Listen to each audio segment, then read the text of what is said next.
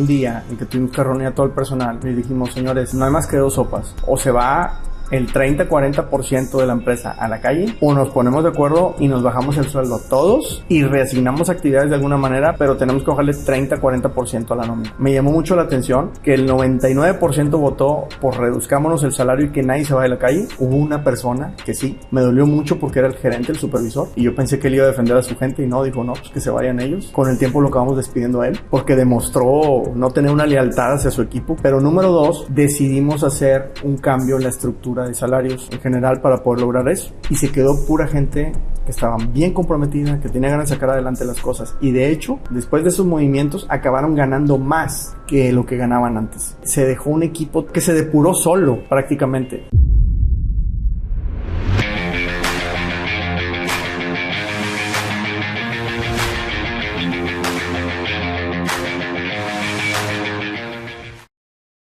Hoy hablamos con la reina del control, pero ¿qué tipo de control? No es tu esposa. Es una contadora especialista en auditoría interna, Reina Cristina Espinosa. Gracias por estar aquí. Muchas gracias, Mundo, gracias por invitarme. Pues yo estoy bien contento porque me gusta mucho el tema contable. Mis contadores dicen que yo no soy ingeniero, que soy ingeniero en contabilidad, que no soy ingeniero mecánico. Siempre me ha apasionado el tema contable y lo he visto como una gran oportunidad para los negocios. Siento que está muy descuidado. Lamentablemente la carrera de contabilidad en México está, y en Latinoamérica en general, muy devaluada. En Estados Unidos, con tanta escasez de contadores públicos, más de 300,000 hacen falta en Estados Unidos. Wow. Muchos desean que la inteligencia artificial lo sustituya, pero ya. Tengo mis dudas que vaya a ocurrir pronto. Hay muchos temas. Me encantan las estrategias fiscales que parecen ilegales, tú sabes. Por eso quizá me conociste. Me interesa mucho la planeación fiscal. Esa es una de las áreas que podemos atender o que tú como contador pueden atender y que es muy necesaria para un negocio. Pero ahora que me metí a la maestría, que acabo de terminar, gracias a Dios, pensé que no lo iba a lograr, en contabilidad, hablaron mucho de controles internos. Yo, ¿cómo que control interno? Sí, fíjate que yo siento que así como te pasó a ti, le pasa a mucha gente, y más cuando me preguntan a mí de qué me dedico, le digo, soy auditora. ¿Y qué es eso? ¿Qué hacen? No, pues luego impuestos. Lo relacionamos con, no, pues me vas a fregar, quieres que pague más impuestos, ¿no? Sí, siempre piensan como que somos los malos o que si encontramos algo vamos a ir al SAT, y pues realmente eso no es nuestro trabajo. Yo como una auditora externa independiente, las empresas que se acercan para contratar nuestros servicios, o sea, es básicamente para que nosotros les ayudemos a ellos a mejorar su control interno. Y el control interno son todos los procesos que van haciendo ellos para llegar a su objetivo, que es la rentabilidad de su negocio. Ok. ¿Qué controlas? Uno pensará cash, ¿no? Efectivo, pero hay muchas otras más cosas, ¿no? Sí, es que hay diferentes tipos de auditorías. Por ejemplo, en la que yo me dedico a la auditoría financiera y de control interno, pero también hay auditorías ambientales, hay auditorías, no sé, de otro tipo como de regulaciones, de cumplimientos, pero yo siento que muchas de las que recaen, y las más importantes, yo creo que es la auditoría financiera y de control interno, porque esa impacta directamente a los números de los negocios. Cuando nosotros abrimos el negocio, yo recuerdo, en Estados Unidos, hablé con mi familia y les dije, venimos de una cultura mexicana de no pagar impuestos. Y yo dije, si voy a ir a un país diferente al mío, yo no quiero tener problemas con el gobierno. Tenemos que encontrar la rentabilidad aunque paguemos impuestos. Más bien, vamos a pagar impuestos y de alguna manera vamos a ser rentables. En México somos rentables porque no pagamos impuestos. Y entonces ahí creo que nos engañamos a nosotros mismos, porque en la defraudación está nuestra rentabilidad, cuando la principal área de oportunidad está en que realmente el negocio genere y no que evadas impuestos. Así es. De hecho, yo siempre recomiendo, digo, igual y a lo mejor es por mi profesión, pero yo les recomiendo de que a veces es mejor pagar impuestos y ver cómo está tu negocio realmente a que se maquille o que se haga algo que no está permitido o es ilegal. Porque a veces, muchas veces inconscientemente piensan que así está el negocio, y eso les está viendo realmente la realidad de cómo está su negocio, de que si realmente están ganando o si realmente les está costando más el vender algún producto, y eso pues en determinado momento los llega a sesgar. Fíjate que ahora que estamos hablando mucho de adquirir o comprar negocios en Estados Unidos, una de las personas expertas en el tema de due diligence, o sea, esa auditoría que se hace para analizar si es cierto que el negocio vale tanto a como lo que me estás pidiendo o lo que aceptaste obtener de mí, pues decían ellos, es bien importante que los números se obtengan de la declaración de impuestos y no de lo que el dueño dice ganar, porque la declaración de impuestos pues es lo más real que existe, es lo más contundente. Entonces, si tú te la pasas maquillando estados financieros, pues ¿cuál es el valor de tu empresa? Exacto. De hecho, yo pienso que más que lo de la aclaración de impuestos por ese tipo de situaciones que a veces se presta para maquillar, pues digo, yo no estoy a favor de eso, es de que también, o sea, no, yo creo que pierde confiabilidad tus cifras financieras. Entonces, ¿qué pasa? Cuando quieren vender un negocio, termina el comprador, o sea, contrata un auditor para que ellos revisen si realmente la información financiera que le están entregando es precisa y es real.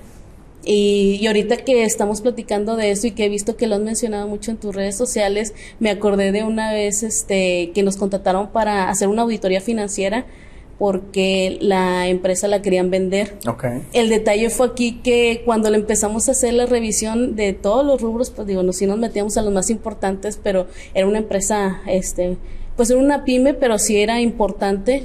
Yo creo que sí estaba muy grande. Ya era más mediana que pequeña, a lo mejor. Sí, era más mediana que pequeña. Ya tenía muchos empleados, la operación era muy buena, parecería un negocio rentable, pero ya cuando empezamos a revisarlo, realmente tenía muchas áreas de oportunidad y eso evitó que pudieran vender. ¿Por qué?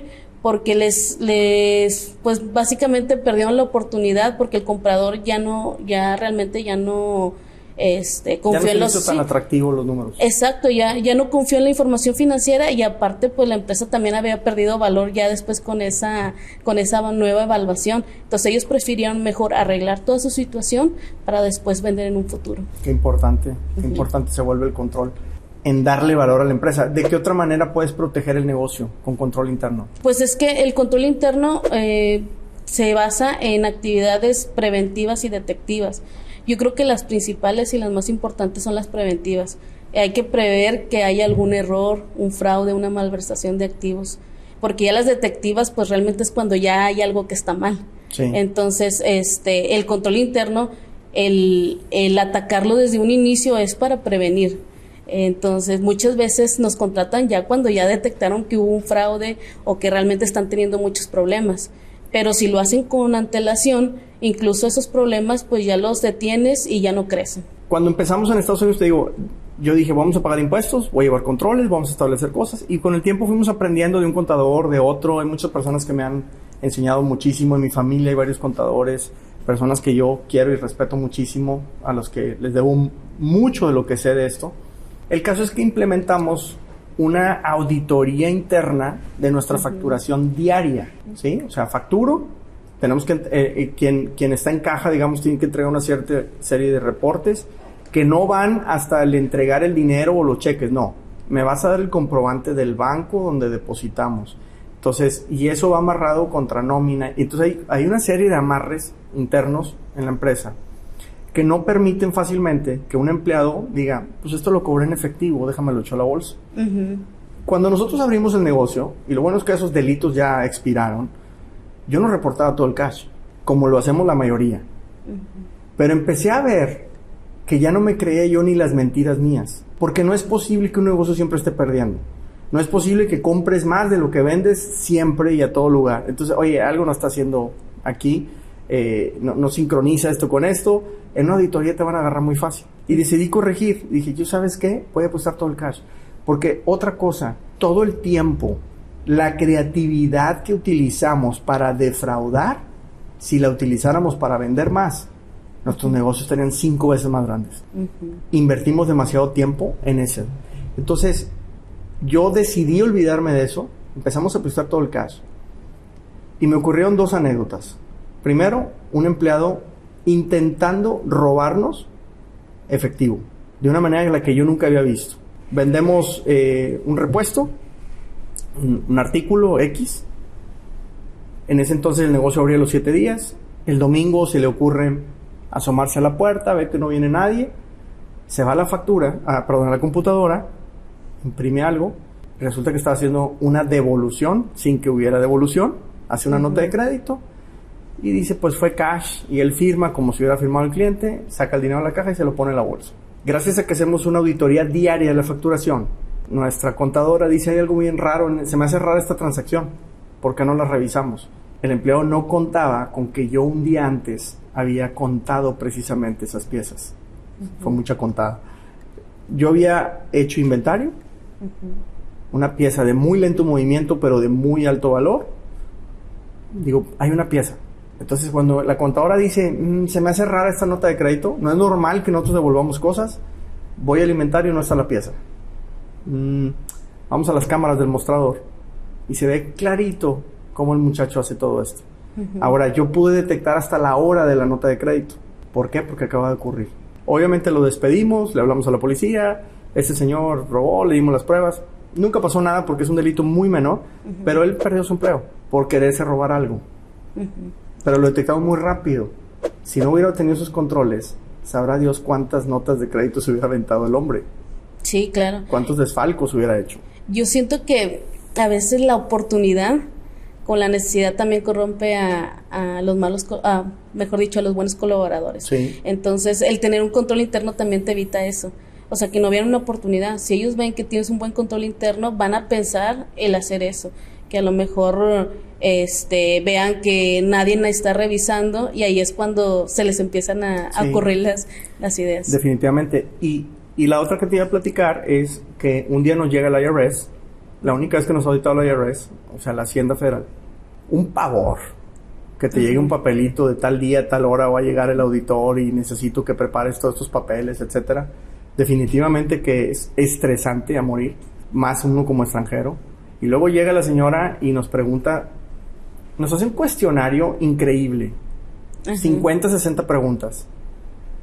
Sientes que todas estás diciendo lo que no debes decir, porque la tipa está con una cara inmutable, impresionante. Yo creo que los preparan para eso.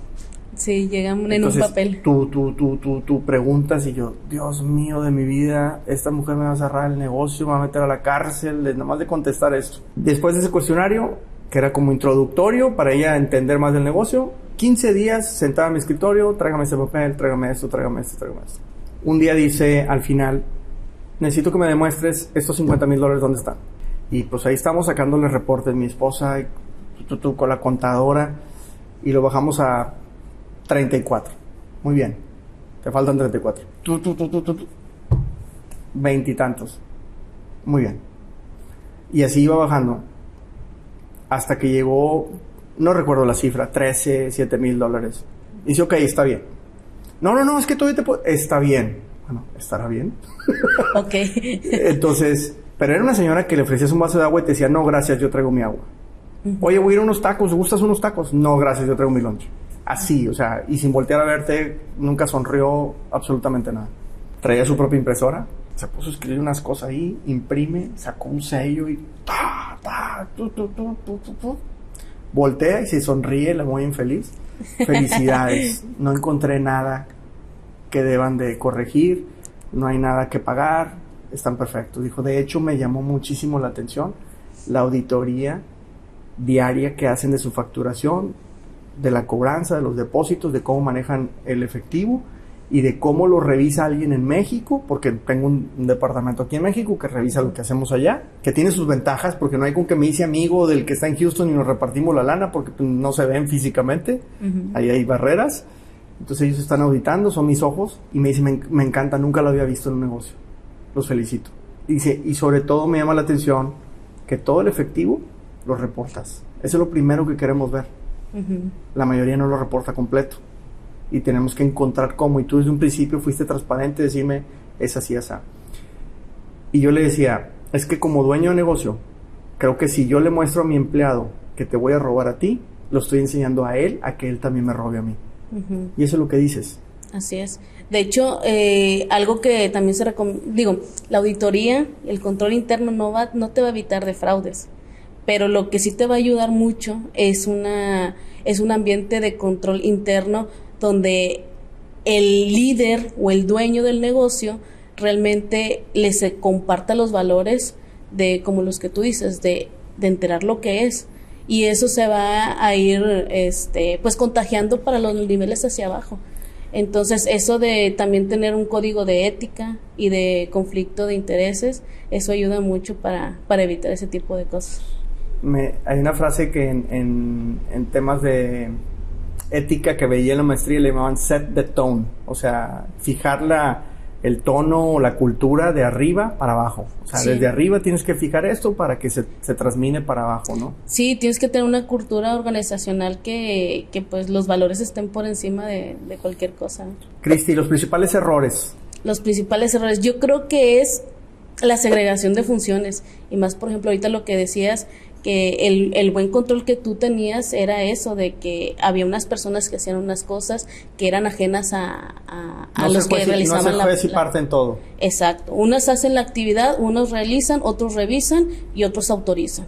Yo creo que esa es la mejor manera de separar, y de hecho los principales controles o los más importantes son los de revisión, que siempre haya un gerente que esté revisando que realmente todo esté de acuerdo a como debería de ser. ¿Qué impacto le ves tú en tu experiencia en la rentabilidad, el tener o no tener este control interno? ¿Cuánto crees tú que haya de merma en una empresa promedio por no llevar controles? Pues mira, yo en unas estadísticas que estuve viendo del INEGI decían que, o sea, si era el tú implementar control interno en una empresa, sí te puede beneficiar hasta un 40%. Había, por ejemplo, un 40% a nivel global, pero ya si te vas por rubro, por ejemplo, en un costo, tener un buen costo, tener un buen inventario, te puede ayudar a reducir un 10% de tu costo. Y más que nada, por ejemplo, en el caso de los inventarios, yo he visto mucho que nos contratan para que les ayudemos y ellos hacen su inventario, y nosotros realmente nada más revisamos una muestra. Pero ¿qué hacen? Ellos pues realmente ya nada más están ajustando lo que les faltó. Cuando ¿qué deberían de estar haciendo desde un inicio? Es previniendo que les falte menos. Entonces, claro, nosotros las recomendaciones que les hacemos es de que empiecen a implementar controles preventivos para que eviten que se les estén perdiendo el inventario, que se les esté mermando, incluso que si es inventario perecedero o de alimentos, que se les caduquen, porque pues también ahí va una importante merma. Uh-huh. Ahí es donde verías tú los principales beneficios de una pyme al implementarlo. Realmente iría en todos los rubros, o sea, por ejemplo, en efectivo sería mejorar tu flujo de efectivo, ver que realmente lo que está saliendo de tu banco sea lo que tienes registrado. ¿Qué pasa? Que muchas veces las empresas no se dan cuenta de todo el dinero que está saliendo y no los tienen registrado, o lo mandan simplemente a la conciliación por comprobar, y a veces hay cuentas muy grandes que tienen ahí de por comprobar porque no saben ni siquiera qué se gastó. Si te vas al inventario, es lo que acabamos de comentar. Si nos vamos a activo fijo, compran y si lo tienen registrado, pues resulta que el activo fijo no lo tienen en su empresa. Ya si te vas a clientes de que si están vendiendo, están a crédito, pero no lo están recuperando. O sea, si nos vamos por rubro, realmente sí puede haber un beneficio en todos los rubros, y el impacto está directamente en tu rentabilidad y recuperación de tu dinero. No, totalmente, me queda bien claro. Sí, o sea, es satisfacción de clientes, o sea, hasta temas un poco intangibles, porque te falló el inventario, te hicieron un pedido, vas, marcado que había 10 y llegas al anaquel y no hay ninguno, ya no entregaste, y el cliente, aguántame 2 semanas a que llegue, ya me hiciste quedar mal, ya me afectaste, ya esto, ya lo otro. Entonces tiene un efecto muy negativo en las ventas. Uh-huh. Creo yo que hasta en la motivación del mismo personal, el estar todos emproblemados, el no tener un orden, etcétera, no es lo mismo, no te sientes tan orgulloso de tu trabajo, de dónde trabajas, uh-huh, del desorden que tiene el dueño, y todo eso se transmite para todas partes. Entonces entras a rotación de personal, hay desmotivación, y entramos en un círculo vicioso que pareciera que nos va llevando una espiral a desaparecer. No olvides revisar el link que está aquí en la descripción si quieres aprender más de inversiones y adquisiciones en Estados Unidos. Sí, y a veces también hay mucha inconformidad por los empleados porque pues haces cosas que dices, y ahora tengo que hacer algo que no me corresponde a mí. ¿Por qué? Porque no está bien implementado cuáles son las actividades que debe hacer cada quien. Y por ahí deberíamos de empezar. O sea, tienes que tú tener unas políticas y procedimientos donde diga a qué se va a dedicar cada empleado que tú tienes. Porque también así, si se te llega a ir, el que llegue, pues realmente va a tener una base de dónde empezar y que no se le escape nada, porque a veces ahí van los principales errores, en la rotación de personal, ya cuando llega una nueva persona y no sé, por ejemplo, recuerdo que una vez en una empresa grande, con muchos empleados, pasaron por alto una actividad de control muy importante y que nada más se hacía una vez al año, que era actualizar las tablas de retenciones de impuestos a los trabajadores. Entonces no las actualizaron y pues nadie sabía, la persona que le correspondía pues ya no estaba, la nueva persona que llegó pues no sabía que debía de hacer eso, y pues realmente sí fue un impacto muy grande, porque realmente incluso ahí hasta tuvo un efecto fiscal, donde no le estaba regresando el impuesto que debería o que debieron haber retenido los trabajadores al SAT. Entonces ahí, la verdad que ahí sí se metieron en un problema donde tuvieron que hacer un ajuste, y ahí pues ya te metes en, o lo absorbe la empresa y lo mete como un gasto, o se lo vas pues rebajando a los empleados, y que después ahí empiezan las inconformidades y empiezan, pues sí, después ya no van a estar conformes, ya no hacen bien su trabajo, y pues fue con una actividad realmente muy, muy pequeñas, diciéndolo así, ¿verdad? A mí me tocó con la prima de riesgo de trabajo. El Seguro Social la cambió por alguna causa, nadie revisó, 2 años se ignoró, obviamente la revisó a la alza el Seguro Social, nadie la revisó, se siguieron pagando igual, hasta que llegó la auditoría. Pero pues ya eran 2 millones, 3 millones de pesos, no me acuerdo la cantidad. Y obviamente la empresa pues no los tiene. Y te metes en unos problemones brutales por no llevar un control de un documento. Ahí hay un ejemplo muy grande. Un impacto que pues sí se ve. Yo tengo una pyme, me gustaría implementar controles internos. ¿Cómo lo puedo hacer? Primero, yo creo que es hacer una evaluación de cuáles son los riesgos que tú tienes en tu pyme. Yo, por ejemplo, cuando llego a una empresa donde pues, realmente a veces llego en blanco, si es nueva, yo lo primero que hago, empiezo a hacer entrevistas, eso lo puedes implementar tú también, empezar a hacer manuales de procedimientos y de políticas, y ver de todos esos procedimientos qué es lo que puede salir mal. Esa es la pregunta que siempre me hago. ¿Qué es lo que puede salir mal? ¿Qué puede salir mal? Ajá. Y yo creo que esa es una pregunta clave que te tienes que estar haciendo en todo el tiempo. Igual y tú ya puedes tener tu control interno bien, pero esa es una pregunta que te debes estar haciendo constantemente, porque pues muchas veces pues resultan cosas nuevas, ¿verdad? O sorpresas que a lo mejor tú no tenías en el radar, o que con las situaciones o los cambios que hemos tenido, pues ya surgen nuevas cosas. Cuando facturabas a mano podía salir mal esto, pero ahora facturas electrónicamente, que ahora van a salir cosas mal, pueden salir mal otras cosas diferentes, no necesariamente las mismas. Entonces tienes que ir actualizando ese procedimiento. Claro, y sobre todo cuando cambian las cosas. Está muy interesante, porque nunca lo había pensado. Y es como cuando yo hablo de diferenciación, es que nos tenemos que diferenciar constantemente, o sea, es un ejercicio que debería continuar, esa pregunta de qué puede salir mal. Entonces, en el manejo de mi efectivo, ¿qué puede salir mal? En los depósitos del banco, ¿qué puede salir mal? En el manejo alimentario, en la recepción de mercancías o en la salida de las ventas, ¿qué puede salir mal?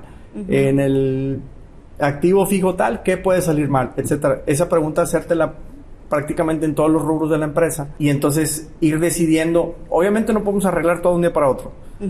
Me imagino que asignas prioridades. Así es. ¿Cómo las asignarías tú? Nosotros cuando llegamos a una empresa nos dan la balanza de comprobación, y nosotros hacemos una evaluación cuenta por cuenta. ¿Cuáles son las más importantes en volumen, en cantidad, o en, por ejemplo, puede ser en supuestos, ¿verdad? De que esto lo calculo de digamos así, al tanteo, o en base a cosas que realmente pues no tenemos así como que una certeza, ¿eh? Entonces agarramos, esas van de cajón, van a analizar a ver qué información agarraste para llegar a esa cantidad. Ahora, de volumen, a ver cuáles son las cuentas que tienen mayor valor monetario, y otras pues ya puede ser de qué tantas transacciones haces en el año o en el periodo de revisión.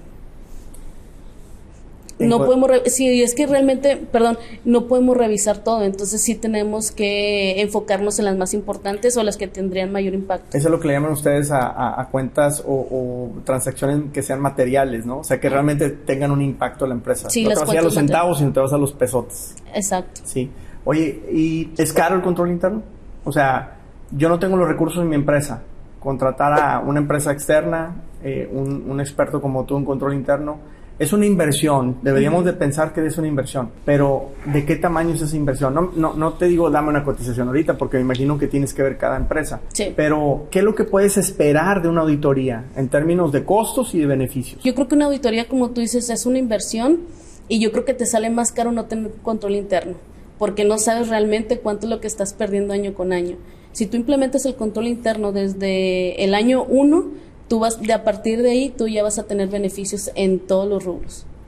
Entonces yo creo que no es caro para todos los beneficios que puedes obtener, e incluso para ver realmente cómo está tu situación, incluso para si en un futuro si quieres crecer, pues también que no crezcan tus problemas, que esos pues después se pueden volver fatales. Sí. El crecimiento puede matarte, por increíble que parezca. Y yo creo que, perdóname, yo creo que la principal causa de que las pymes mueran es porque no tienen un control interno. Okay, y es que dicen, no, es que es porque no están bien administradas, es porque no tienen control interno.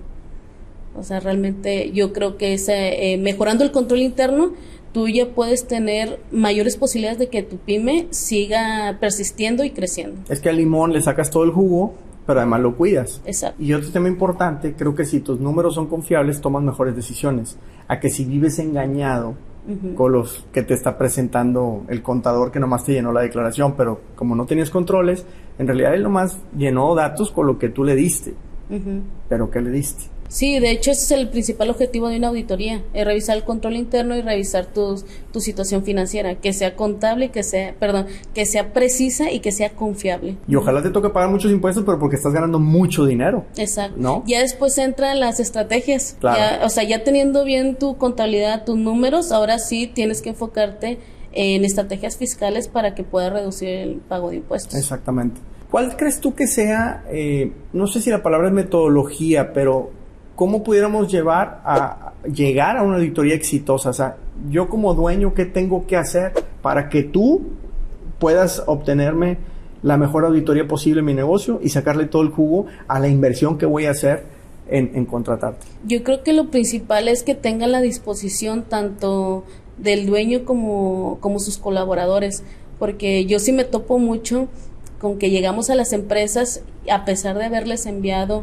el requerimiento de información que ocupamos para empezar a hacer nuestro trabajo, llegamos y apenas lo están preparando o no lo tienen hecho o se tarda mucho en darnos. Para mí, el que me lo den al inicio, ya estamos garantizando una muy buena auditoría y con muy buenas recomendaciones. Entre más te tarden, pues obviamente también incurres en mayores gastos de honorarios de los auditores y además de que para mí es un principal foco rojo el por qué no tienen hechas las cosas.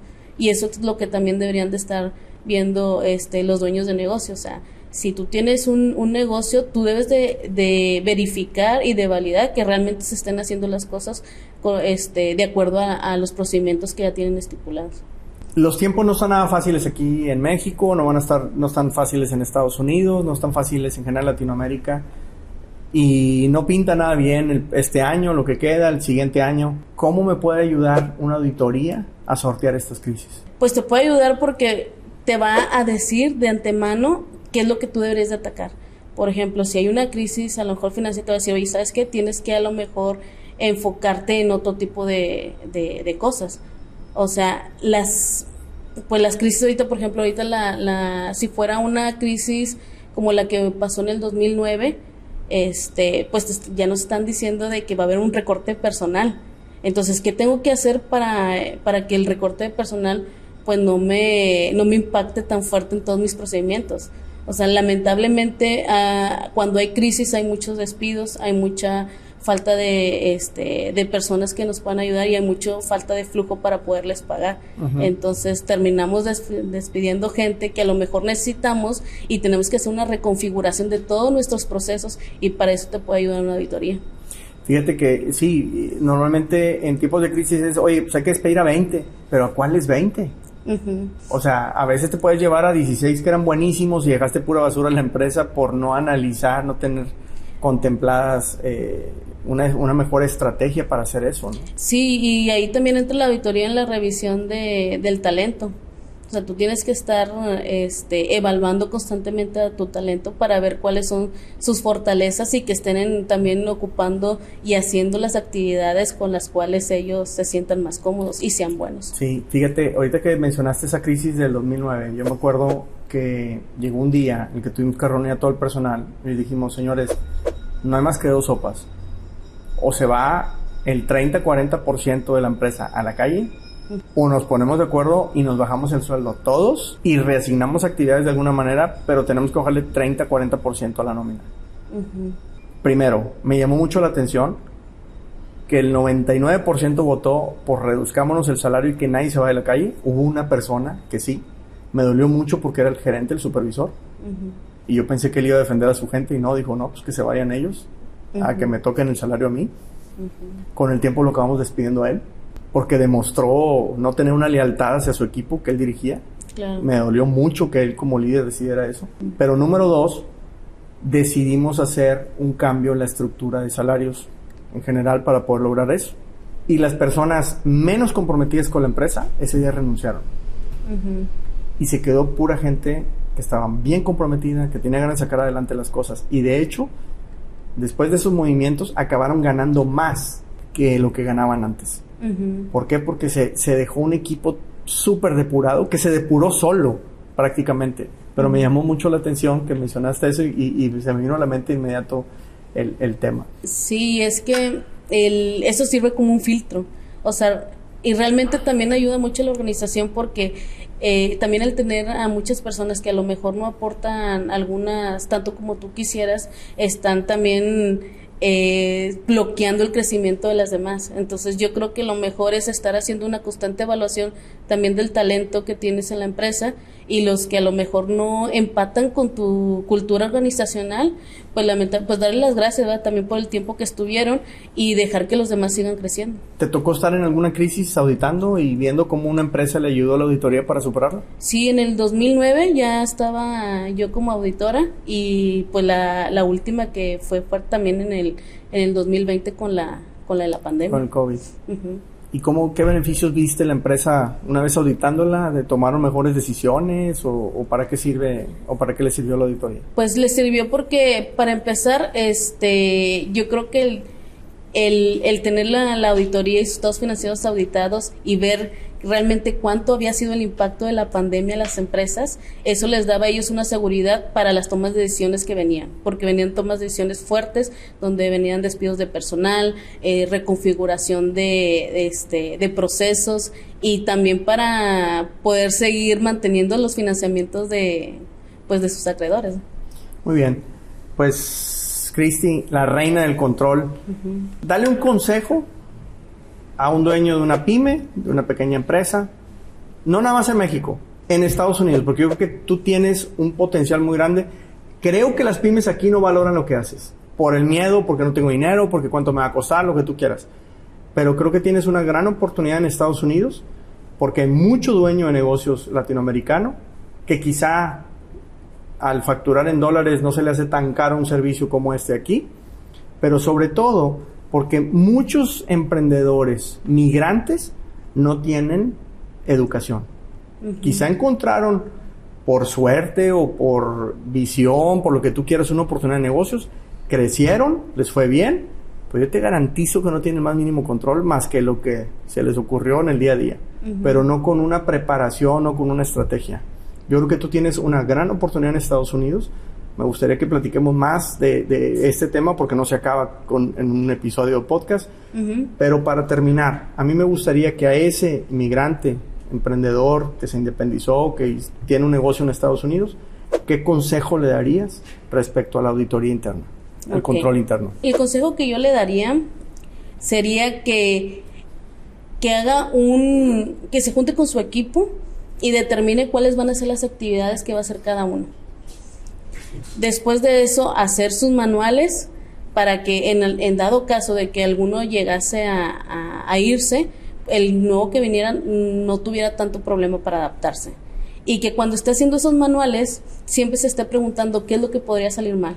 Yo creo que esa es la principal pregunta que siempre se deben de hacer. ¿Qué es lo que puede salir mal? Para que en ese momento vea cómo puede prevenirlo. La pregunta del día, y que se queden pensando, los que nos estén escuchando y los que nos estén viendo. ¿Qué puede salir mal en sus empresas para que corrijan y empiecen a tener, aunque sea un pequeño, pero que empecemos a avanzar en el control interno? Gracias, Cristi. No, hombre, muchas gracias. La reina del control. Gracias. Esta es Conquistadores de América. Y Cristi es miembro de nuestra comunidad Conquistadores de América. Si te interesa estar en este gran grupo que estamos construyendo, ya sabes, conquistadoresdeamerica.com. Y si te interesa, tienes preguntas, dudas, mándame mensaje. Y yo se los voy a mandar a la reina del control para que te dé consejos. Y vayas evitando esas fugas en tu empresa que están mermando tu rentabilidad. Gracias, Cristi. Esto es Conquistadores de América. Gracias. Hasta la próxima. Si te interesa participar en un grupo de inversión y adquisición de negocios en Estados Unidos, no olvides visitar el link que está aquí en la descripción, porque estamos reuniéndonos un grupo muy potente de personas con los que vamos a comprar América. Te espero.